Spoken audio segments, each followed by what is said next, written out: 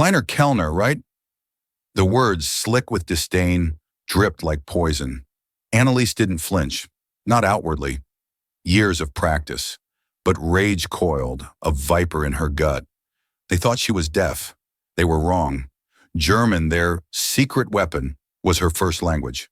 Another gulp of vintage wine, another cruel joke at her expense. Fools. They had no idea she understood every word. No clue she was Alistair Schmidt's daughter. But here's the kicker.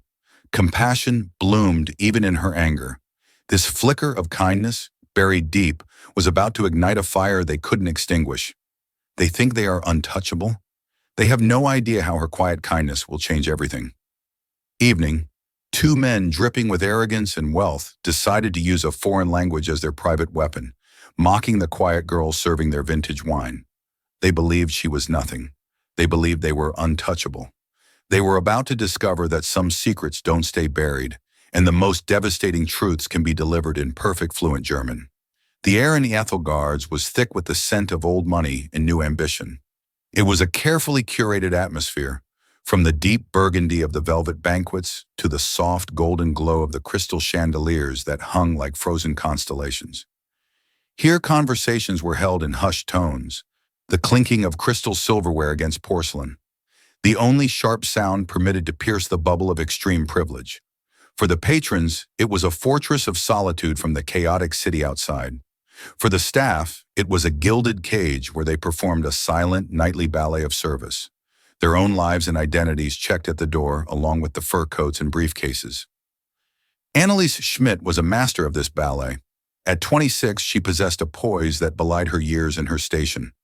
Her movements were economical and graceful as she navigated the narrow channels between tables, her back straight, her expression a serene mask of professional neutrality.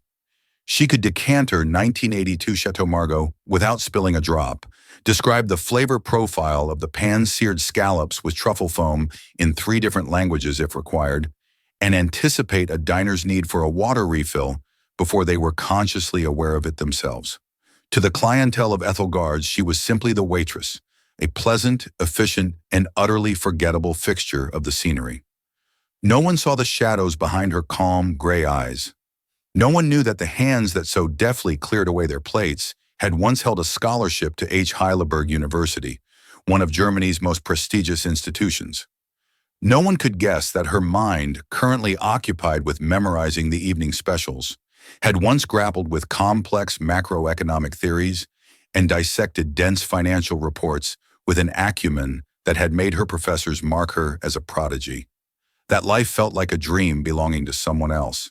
It had shattered 3 years ago, the day her father, a brilliant but trusting biochemist named Dr. Alistair Schmidt, had called her in tears. His small, innovative company, Schmidt Biosolutions, a firm built on a revolutionary water purification technology he had poured his soul into, had been gutted in a hostile takeover. The investors, a ruthless private equity firm, had used predatory tactics, exploiting legal loopholes, and manufacturing a crisis of confidence that sent his company's value plummeting. They bought it for pennies on the dollar, stripped its assets, sold off the patents, and left her father with nothing but crushing debt and a broken heart. The shock had triggered a massive stroke, leaving Alistair partially paralyzed and needing round-the-clock care.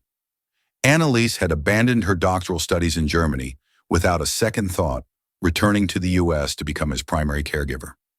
The mountain of medical bills and the debt from the corporate sabotage had forced her into a life she never envisioned. Ethelgards, with its high-paying clientele and generous tips, was the best she could do without a recent resume or the time for a conventional career. It was a means to an end, a penance, a way to keep her father comfortable in a decent care facility. Every night she locked her past away in a small locker in the staff room next to a worn-out copy of Keynes's The General Theory of Employment, Interest, and Money. She put on her starched uniform, smoothed her blonde hair into a tight bun, and became the ghost of Ethelgards. Tonight the ghost was about to be seen. They arrived at precisely 8 sure, sweeping into the restaurant with an invisible wave of entitlement that parted the air before them. The man in the lead was Harrison Blackwood, a name synonymous with corporate rating and unimaginable wealth. He was in his late 50s with a man of silver hair, a face that looked chiseled from granite, and eyes the color of a winter sky, cold and appraising. He moved with the predatory grace of a shark, his custom-tailored suit a dark armor that screamed power. Trailing a step behind him was his associate, a younger, leaner man named Garrett Vance. Garrett had the eager, slightly anxious look of a courtier, desperate to please his king. He laughed a little too loudly at Harrison's quips and scanned every room as if assessing its value and threat level simultaneously. The Maître Dubois, a man who prided himself on his unflappable demeanor, seemed to shrink in their presence, his usual gick charm replaced by a fingerance. "Mr. Blackwood, a pleasure. Your usual table is ready. It had better be Doobies." Harrison rumbled, his voice low and resonant, not even bothering to make eye contact. They were seated in Annalise's section at the prime corner table with a panoramic view of the city lights. It was a table reserved for the gods of this world, and tonight Harrison Blackwood was Zeus. Annalise approached with the water carafe, her face a perfect portrait of polite subservience. "Good evening, gentlemen. May I offer you still or sparkling water?" Harrison waved a dismissive hand, already deep in conversation with Garrett. Garrett was the one who answered, "Sparkling? 2 bottles of the San Pellegrino." Annalise inclined her head and retreated. As she poured the water, she couldn't help but overhear their conversation, conducted in English for now. It was about a recent acquisition, a tech startup they had streamlined core, which analysts knew was corporate speak for firing half its workforce. The board was sentimental, Harrison was saying, a smirk playing on his lips. They talked about innovation and company culture. "I told them culture doesn't show up on a balance sheet. We sold their server division to a competitor for a 50% profit in 3 weeks." End of story. Garrett chuckled. A masterclass Harrison. "Truly." Annalise placed the menus before them. "My name is Annalise, and I will be your server this evening. Our specials include a wild mushroom risotto with white truffle and a Du Sol Munir prepared tableside." Harrison Blackwood finally looked at her. His gaze wasn't one of acknowledgement, but of appraisal, the way one might inspect a piece of furniture. His eyes swept over her from head to toe, lingering for a fraction of a second too long, a flicker of something cold and dismissive in their depths. He said nothing to her, instead turning to Garrett, and then the language changed. "See, dear Ann," Harrison began in crisp, clear German, his tone shifting to one of casual conspiracy. "Look at her." Annalise's hands didn't tremble as she placed the bread basket on the table. Her posture remained ramrod straight. Inside her, however, a switch flipped. A deep primal instinct for stillness took over, the kind a forest creature adopts when it senses a predator nearby. Garrett, clearly fluent himself, leaned in with a conspiratorial grin. "I know Kleiner Kellner to a pretty little waitress, certainly not the sharpest tool in the shed." Annalise straightened up her face, still a placid mask. "Can I interest you gentlemen in a cocktail or a selection from our wine list before your meal?" she asked in perfect English, her voice calm and even. Harrison ignored her question, taking a sip of his water. He looked out the window, then back at Garrett, continuing in German as if she weren't there. "This is what I love about places like this. The service is anonymous. You can talk about anything. They are just part of the furniture." Annalise felt a slow burn begin in her chest. It was an old familiar feeling, the sting of being underestimated, of being rendered invisible. But this was different. It was crudder, more personal. She was not just a server. She was an object of their private amusement. She stood by the table waiting, a silent statue of service. She had to. Her father's care depended on this job, on the tips from men exactly like this. She could endure it. She had endured worse. But the night was young, and Harrison Blackwood was just getting started. He had no idea that the furniture he was speaking about was not only listening, but understanding every single venomous word. And he had no idea he was about to bring up the one topic in the world that could make or break her silence. The ordering process was a display of casual dominance. Harrison Blackwood didn't consult the menu so much as command it. "We'll start with the oysters Rockefeller and the steak tartar, then 2 Bonoan ribeyes medium rare, and bring the 1.5 Petrus. Don't bother me with the tasting. Just decant it properly." He waved his hand, dismissing her again. The Petrut alone was a $5,000 bottle of wine. For them, it was an afterthought. Annalise retrieved the bottle from the cellar, her hands moving with practiced precision. The weight of the bottle felt obscene in her grip. It represented nearly 2 months of her father's care facility fees. As she presented the bottle to Harrison for inspection, he glanced at the label and nodded curtly before turning back to Garrett, resuming their conversation in German. Also, Zeruku North Star, Garrett said, his voice lowered slightly, but still perfectly audible to Annalise as she began the careful ritual of decanting the wine. So, back to North Star. Annalise's blood ran cold. North Star. It was the internal project name, the code name the equity firm had used for their acquisition of her father's company. She had seen it on the few documents her father's lawyer had managed to salvage from the wreckage, a name that was seared into her memory, a brand of pure poison. Her heart began to hammer against her ribs, a frantic drumbeat beneath her calm exterior. She kept her eyes down, focused on the steady stream of ruby-red wine pouring into the crystal decanter. Her breathing measured. She couldn't react. She wouldn't. North Star was a thing of beauty. Harrison mused, a cruel nostalgia in his voice. He swirled the wine Garrett had poured for him, inhaling its aroma. Dear Alton Narmad Hatton's Elisa gloped the old fool Schmidt. He believed everything we told him. Annalise flinched. The insult was so direct, so personal. It was like a physical blow. Old fool. He was talking about her father, her brilliant, gentle, trusting father. The man who read poetry to her at night and taught her how to identify constellations. The man whose life's work was now being mocked over a $5,000 bottle of wine by the very monster who had destroyed him.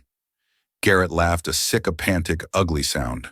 He was always talking about ethical obligations and the good of humanity, as if that pays the bills. Exactly, Harrison affirmed, leaning back in his chair. We created the narrative. A few whispers to the right journalists about cash flow problems. A fabricated internal report leaked to his key investors suggesting the purification tech was unstable. Classic fear-mongering. By the time we made our offer, they were so panicked they practically paid us to take the company off their hands. The restaurant, the clinking of plates, the soft murmur of other conversations, it all faded away. Annalise was trapped in a horrifying bubble with these two men forced to listen to a live recounting of her family's ruin. She could picture it all, her father pacing his office, his face etched with worry as the calls came, in his trust in his partners, eroding his dream, turning into a nightmare. These men hadn't just bought a company, they had orchestrated a man's collapse. The best part, Garrett added, his eyes gleaming with admiration, was using his own head of R&D against him. What was his name? Peter Sonnen. Peter Sonnen? Harrison confirmed with a smirk. We promised him a seat on the board of the new shell company. All he had to do was fudge the data on the long-term viability tests. The idiot signed an affidavit saying the tech had a critical flaw that would emerge after 5 years. It was a complete lie, of course, but it was the nail in the coffin. Schmidt's credibility was shot. Annalise remembered Dr. Peterson, a man her father had mentored for a decade, treated like a son. The betrayal had hurt him more than the financial loss. She finished decanting the wine, her movements robotic. She poured a small amount into Harrison's glass and then Garrett's, her face, an unreadable mask of professional stone. But inside, a glacial rage was forming, solidifying the grief and helplessness she had felt for 3 long years into something hard and sharp. They had moved on from appetizers and were now waiting for their steaks, the wine flowing freely. Harrison was becoming more expansive, more arrogant with every sip. He gestured toward Annalise with his glass as she refilled his water. He slurred slightly.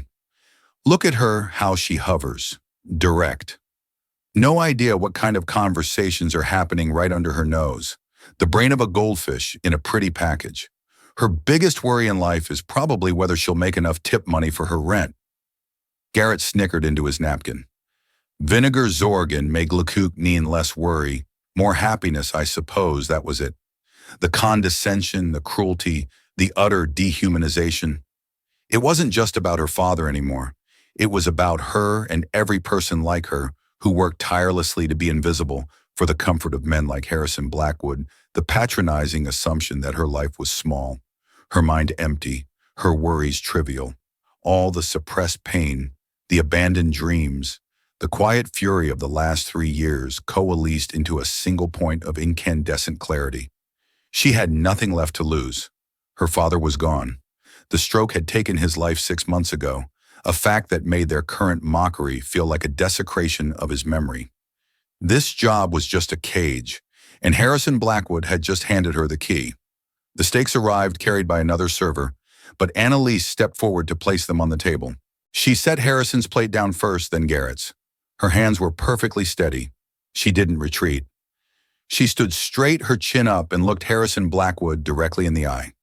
For the first time all evening, he was forced to truly see her, not as a function, but as a person. He frowned, annoyed by her presence. "Is there a problem?" he asked in English, his tone sharp with irritation. Annalise took a slow, deep breath, letting it out gently. She felt a strange, terrifying calm settle over her. It was the calm of a captain about to scuttle his own ship to take down the enemy flagship with it. She met his cold gaze and held it. Then, in flawless academic German, tinged with the faint, educated accent of the Heidelberg region, her voice low but carrying the cold, clear authority of a judge, she spoke, escaped in data, her Blackwood. "There is indeed a problem, Mr. Blackwood." The effect was instantaneous and absolute. Harrison Blackwood froze mid-motion, his fork hovering over his perfectly cooked steak. The smug wine-flushed confidence drained from his face, replaced by a wave of pure, unadulterated shock. His jaw went slack. His cold blue eyes, which had held nothing but dismissive arrogance all evening, now widened in stunned disbelief. He looked as if the marble statue in the corner had just leaned over and asked him for the time. Garrett Vance choked on his wine. He sputtered, coughing into his napkin, his face turning a blotchy red. He stared at Annalise, then at Harrison, then back at Annalise, his mind visibly failing to compute what was happening. The silence at their table was suddenly a vacuum pulling in the ambient sounds of the restaurant. Annalise didn't waver. She held Harrison's gaze, her own eyes like chips of gray flint. She had his full, undivided attention. For the first time, he was seeing her, really seeing her, and he was terrified. She continued in the same calm, lethal German. "Music goldfishes. First, I'd like to correct a small point of grammar.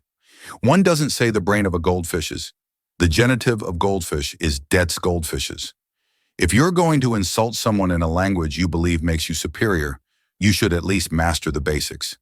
It was a surgeon's cut, precise, devastating, and utterly unexpected.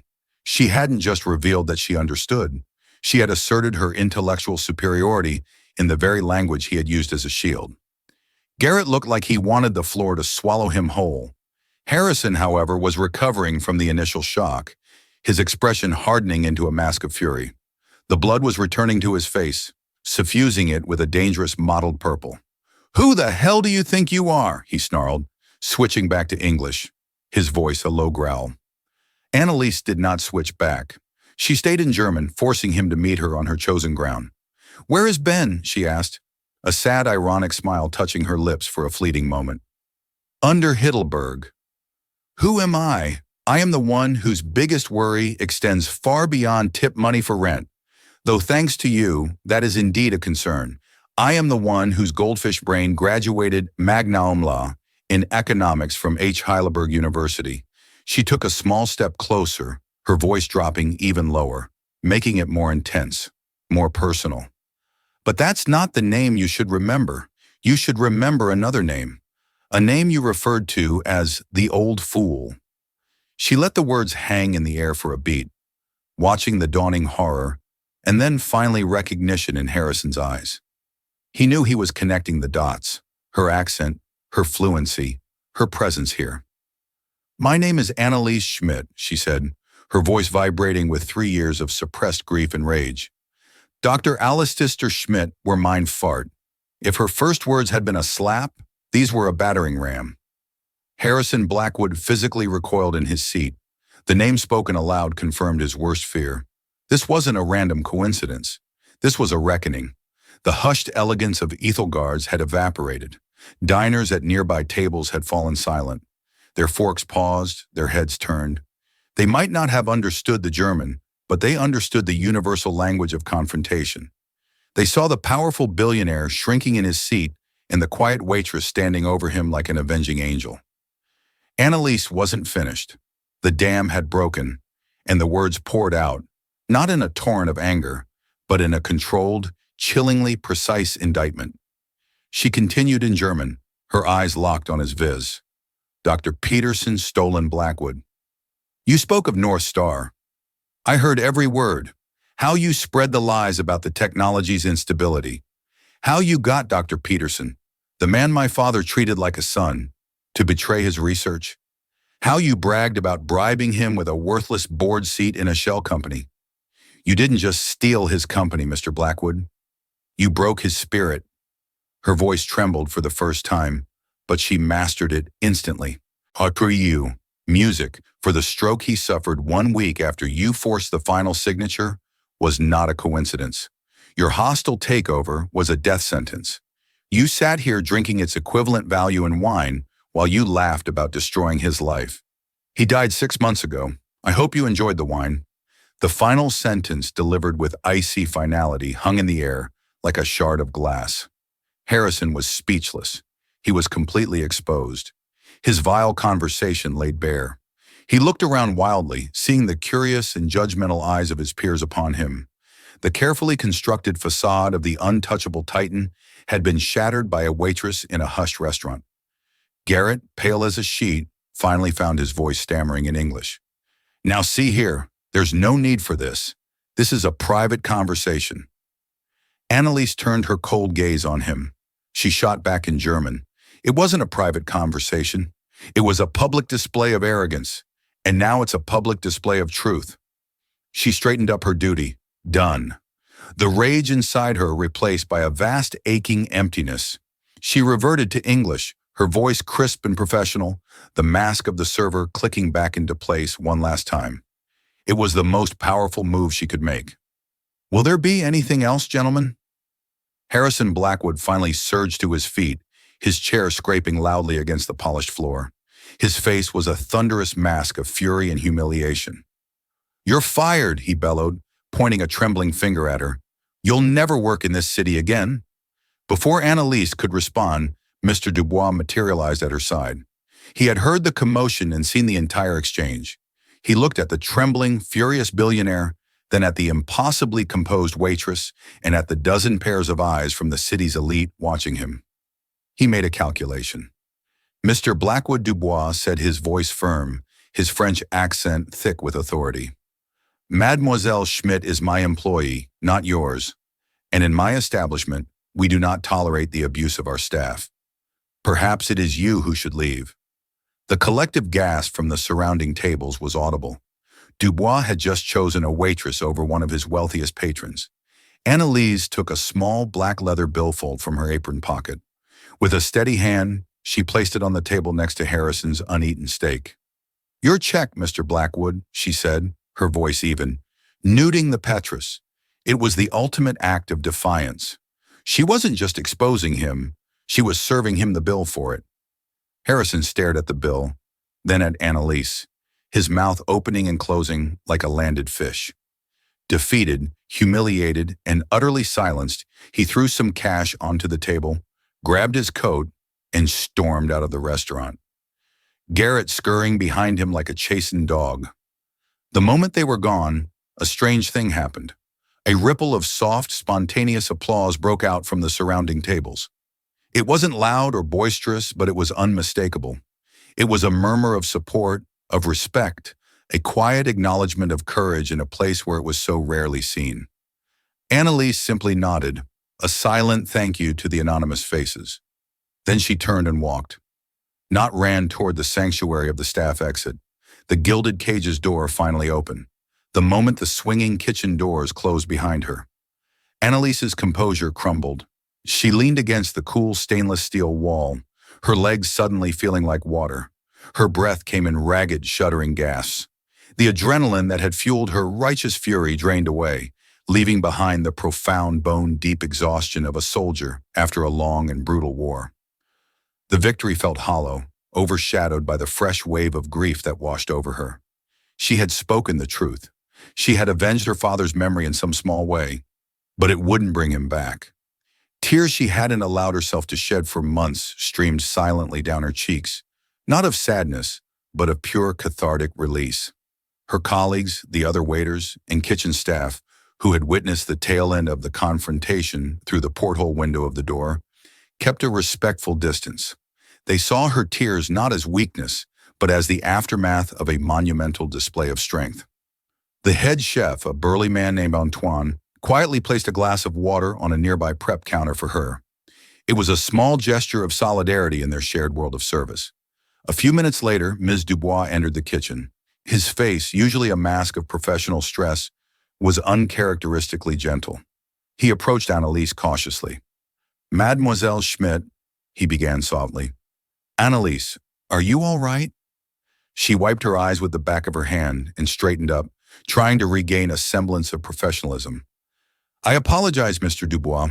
I lost my composure. I understand if you have to let me go. I will clear out my locker." Dubois held up a hand. "Let you go, Annalise. What you did. It took a courage I have not seen in a very long time. That man Blackwood, he is a bully who believes his money makes him a king.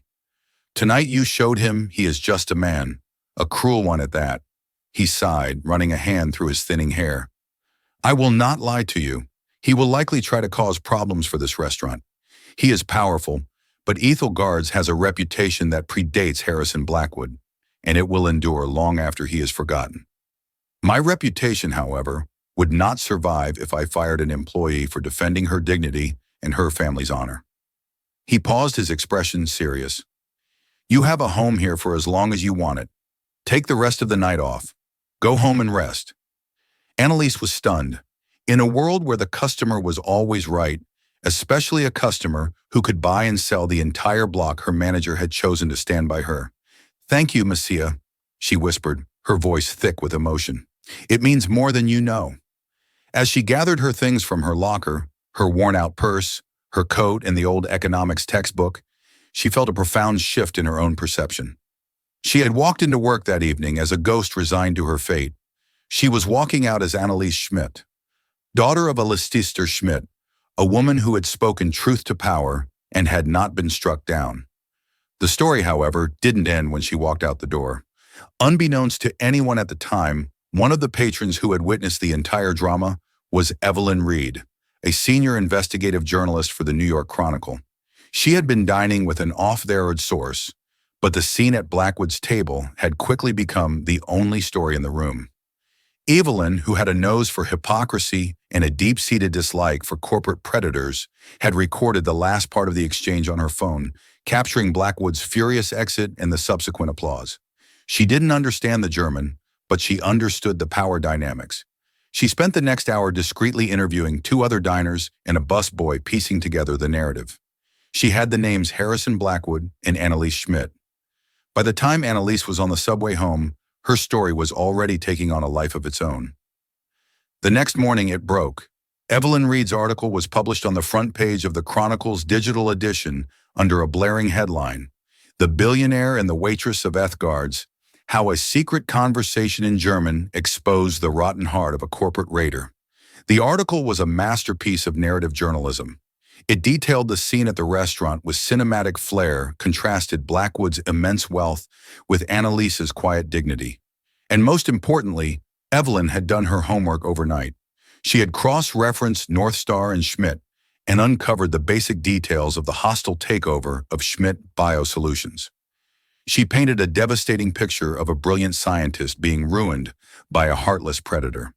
The story of Annalise the prodigy, forced to become a waitress to care for her dying father, was the emotional core that made the story explode. By 9:04 a.m., Ethelgard's Waitress was trending on social media. The story was everywhere. It was the perfect David and Goliath tale for the digital age. People shared it with furious comments about corporate greed and heartfelt praise for Annalise's bravery. Someone dug up her academic records from H. Heidelberg, confirming her story. A picture of her father, Dr. Alistair Schmidt, accepting an award for innovation began to circulate. The fallout for Harrison Blackwood was immediate and catastrophic. The stock price of his flagship firm, Blackwood Capital, began to nosedive as soon as the market opened. His board of directors, the same people who had applauded his ruthless tactics in private, were now terrified of the public relations nightmare. The story wasn't just about him being a jerk in a restaurant. It was about the fraudulent methods he'd used in the North Star acquisition. The mention of a bribed researcher in a fabricated report about the tech's viability caught the attention of more than just the public. It caught the attention of the Securities and Exchange Commission, SEC. Garrett Vance was the first casualty. He was fired before lunch, a sacrificial lamb offered up in a desperate attempt to contain the damage. Blackwood issued a half-hearted lawyer-vetted apology for his inappropriate language, which the public immediately tore apart as insincere. For Annalise, the day was a surreal whirlwind. Her phone, a cheap prepaid device, buzzed incessantly with calls and texts from numbers she didn't recognize. Reporters camped outside her small apartment building. She stayed inside watching the story unfold on her laptop, feeling detached, as if she were reading about someone else. Then late in the afternoon, an email arrived that cut through the noise. The sender was Robert Chen, the CEO of Phoenix Holdings, a rival investment firm known for its focus on sustainable and ethical ventures. Chen had been a longtime admirer of her father's work and had even tried to partner with Schmidt Biosolutions years ago before Blackwood had swept in. The email was brief and to the point, subject: your father's legacy. Dear Ms. Schmidt, I have just read the story in the Chronicle. I knew your father and I know what the world lost when his work was dismantled. What you did last night took incredible courage. But what interests me more is the intellect that was so clear in your takedown of Mr. Blackwood. My firm, Phoenix Holdings, is launching a new division focused on identifying and funding socially responsible technological innovation. Exactly the kind of work your father championed. We need someone to lead it, someone with a background in economics, an understanding of technology, and an unimpeachable moral compass. This is not a gesture of pity. This is a job offer. I believe you are the most qualified person for this role. If you are interested, my door is always open. Sincerely, Robert Chen. Annalise read the email 3 times. Her hands trembled. But this time it wasn't from fear or shock. It was from hope. A fragile, unfamiliar tendril of hope rising from the ashes of her past. This wasn't just a job. It was a chance to reclaim her own future and to continue her father's legacy in a way she never thought possible. The echo of her words at Ethelgard's hadn't just torn down a bully. It had built her a bridge to a new life. 1 week after the incident at Ethelgard's, the world had irrevocably shifted for both Annalise Schmidt and Harrison Blackwood. For Blackwood, the descent was swift and brutal. The SEC launched a formal investigation into the North Star acquisition, citing Evelyn Reed's article. Dr. Peterson, the researcher Blackwood had bribed, saw the writing on the wall. Faced with potential federal charges, he agreed to cooperate fully with investigators, providing evidence of the fabricated reports and the terms of his illicit deal with Blackwood Capital. The scandal was no longer a matter of public opinion. It was a matter of criminal inquiry. Blackwood was forced to step down as CEO, his name now a toxic asset. The empire he had built on fear and intimidation was crumbling under the weight of a single, truth-filled conversation. For Annalise, the ascent was just as rapid, but far more profound. After a weekend of careful consideration, she had accepted Robert Chen's offer. She walked into the gleaming downtown offices of Phoenix Holdings, not as a waitress, but as the newly appointed director of the Ethical Innovation Initiative. The contrast with her previous life was stark.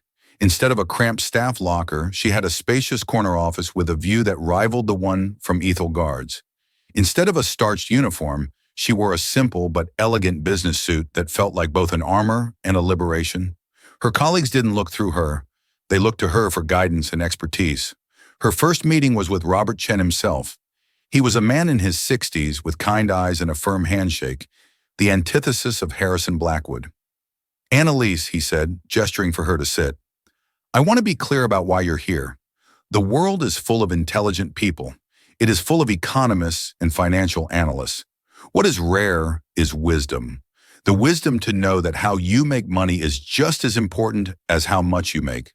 Your father had that wisdom, and from everything I've seen, so do you. He slid a file across the polished table.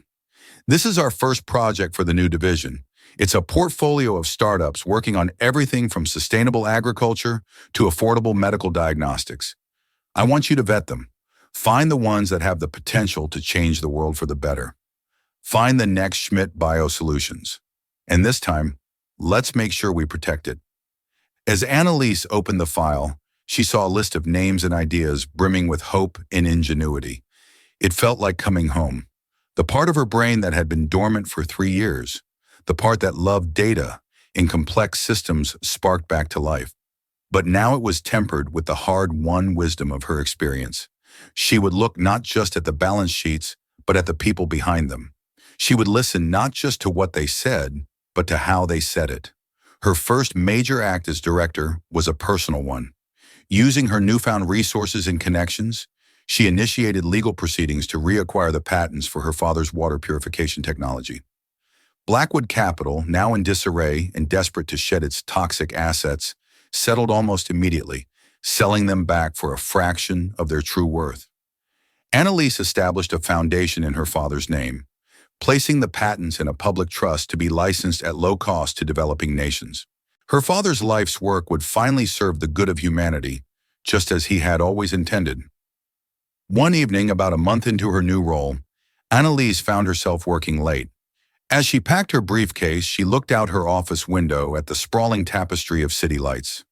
Far below, nestled amongst the skyscrapers, she could just make out the warm glow of Ethel guards. She thought of the girl she had been, the ghost in the gilded cage, moving silently with her grief. She had thought that strength meant enduring the pain, hiding it away. She realized now that true strength was speaking it aloud, no matter the cost. She had not set out for revenge. Revenge was a fire that consumed everything. What she had achieved was something more lasting: justice. And from the ashes of that confrontation, something new and beautiful was rising. Her father's legacy was secure. Her own future, once a bleak landscape of obligation, was now a horizon of limitless possibility. She turned off the light in her office, leaving the city to its nightly glitter. She was no longer a waitress serving the powerful. She was one of them now, but on her own terms, guided by a different set of values. Annalise Schmidt was finally free, not just from her past, but to build a better future. The ghost of Ethelgard's had found her voice, and it was a voice that would now help shape the world. 6 months passed. The chill of autumn gave way to the deep freeze of winter, and with the changing of the seasons, the landscape of Annalise's life transformed completely. She was no longer defined by the trauma of her past, but by the promise of the future she was actively building. At Phoenix Holdings, she wasn't just an employee, she was a force. She moved with a quiet, earned confidence. Her intelligence no longer a hidden weapon, but a tool she used daily to construct, to nurture, and to empower. Her first major success was the funding of Vidian Dynamics, a small startup founded by 2 brilliant but underfunded engineers who had developed a biodegradable polymer to replace single-use plastics. Annalise had seen past their shaky presentation and into the heart of their science. Recognizing the same spark of world-changing potential her father had possessed, she championed their cause within Phoenix, structuring a deal that gave them the capital they needed without sacrificing their mission. The project was a resounding success, earning praise from environmental groups and positioning Phoenix Holdings at the forefront of the green tech revolution. Robert Chen had taken to calling her the architect because she didn't just find innovation. She built the frameworks for it to thrive. The news about Harrison Blackwood became background noise, a distant echo of a battle long won. He was mired in legal proceedings, his fortune bleeding away in lawyers' fees and SEC fines. His name was a punchline in financial circles, a cautionary tale about hubris. Annalise felt no satisfaction in his downfall, only a detached sense of an equation finally being balanced. Her focus was on building, not destroying. One crisp Tuesday afternoon, an email landed in her inbox that pierced the calm of her new reality. The sender's name was Garrett Vance. Annalise stared at the name, a phantom ache of memory surfacing. She remembered his sycophantic laughter, his pale, panicked face in the restaurant. She almost deleted the email, but a sense of unresolved curiosity stayed her hand. She opened it. The message was short, stripped of the corporate jargon he had once spouted. Ms. Schmidt, I know you have no reason to read this, let alone respond. I am not writing to ask for forgiveness, as I know I have no right to it. I am writing to ask for 5 minutes of your time. There are things I feel I must say to you in person, not as an excuse, but as an explanation. I will be at the coffee shop on the corner of your building, the Daily Grind, tomorrow at 100 p.m. If you do not come, I will understand completely and will not bother you again. Sincerely, Garrett Vance. Her first instinct was to refuse. Why dredge up the ugliest night of her life? But as she considered it, she realized this wasn't about him. It was about her. It was about closing the final chapter, about understanding the full anatomy of the system that had victimized her family. She needed to see what became of the men who weren't titans, but merely the men who propped them up. The next day, she walked into the Daily Grind. Garrett was sitting at a small table in the back, and he was nearly unrecognizable. The sharp suit was gone, replaced by a frayed sweater. His face was gaunt, his eyes shadowed with a weariness that went beyond simple fatigue. He looked like a man who had been hollowed out. He flinched when he saw her, then stood up awkwardly. Ms. Schmidt, Annalise, thank you for coming. I have 5 minutes, Mr. Vance, she said, her tone neutral as she remained standing. He nodded, motioning to the empty chair. Please. She sat, her posture straight, her hands folded on the table. I don't know where to start, he began, his voice raspy. I lost everything after that night. My job, my reputation, my fiancé left me. I deserved all of it. For months, I was just angry at Blackwood, at the journalist, even at you. But that was the coward's way out. He looked down at his hands. The truth is, I knew what Blackwood was. I knew the North Star deal was rotten. I saw how he operated, how he enjoyed the cruelty. And I went along with it. I admired it. I wanted to be him. I told myself it was just business, that people like your father were just unfortunate but necessary collateral damage on the path to success. He finally looked up, and Annalise saw tears welling in his eyes. What I want to say is, I'm sorry. I am sorry for my part in what happened to your father. I'm sorry for what I said, what I thought, and what I failed to do. I was a ghoul feeding on the scraps of a monster's table. And I needed to say that to you, face to face. Annalise listened, her expression unreadable. She had expected excuses, pleas, a desperate attempt at manipulation. She had not expected this raw, pathetic confession. She saw in him not a villain, but a profound and tragic failure of character. Why tell me this now, she asked quietly. Because I have to start over, he said, and I can't build anything new on a foundation of lies. I'm working a stocking job in a warehouse in Queens. It's honest work. It's quiet. It gives me a lot of time to think, and I realize that the only person I was truly fooling back then was myself. Annalise was silent for a long moment. She could destroy him with a few cold words. She could walk away and leave him in his self-pity. But that was Blackwood's way. That wasn't hers. Redemption isn't about getting forgiveness from those you've wronged, Mr. Vance. She said, her voice softer now, but no less firm. It's a debt you pay to yourself. You don't fix the past by apologizing for it. You atone for it by what you do next. Find a way to do some good. It doesn't have to be grand. Just be a better man than you were. That's the only apology that will ever matter. She stood up. I wish you peace, Mr. Vance. With that, she turned and walked out, leaving him with her final unexpected gift, a roadmap, not to her forgiveness, but to his own salvation. That evening, Annalise made a reservation. She walked into Ethelard's not through the staff entrance, but through the grand front doors. She was greeted not with the expectation of service, but with the reverence afforded to a legend. Moudubois himself came forward, his face breaking into a wide, genuine smile. Annalise, it is an honor to have you back. The honor is mine, Jean-Pierre, she said, using his first name for the first time. A table for one, please. He didn't hesitate. He led her personally across the plush carpet, past the curious eyes of the new wave of patrons, and seated her at the prime corner table. her table. As she sat there looking out at the same city lights, she felt the last vestiges of the ghost she once was fade away.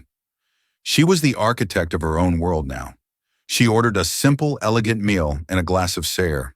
She ate slowly, savoring every bite, not as a former waitress in awe, but as a woman who knew her own worth.